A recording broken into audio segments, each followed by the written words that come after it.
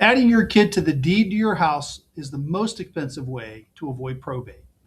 When your kid inherits the house, the IRS resets the tax basis of the home to its value on your date of death. If they sell it later, they pay little to no capital gains tax. But if you put their name on it while you're alive, they don't get that reset in tax basis. They get your tax basis. And depending on how much your home's value increased since you bought it, you could be handing your kid a big capital gains tax bill. Instead of paying 4.5% inheritance tax, they pay up to 15% capital gains tax. Now, I'm no math whiz, but I know that 15% is more than 4.5%. There's a better way to avoid probate without sticking your kid with a big tax bill, and it's called a revocable living trust. I host a free weekly online workshop where I help you figure out whether a revocable trust is right for you.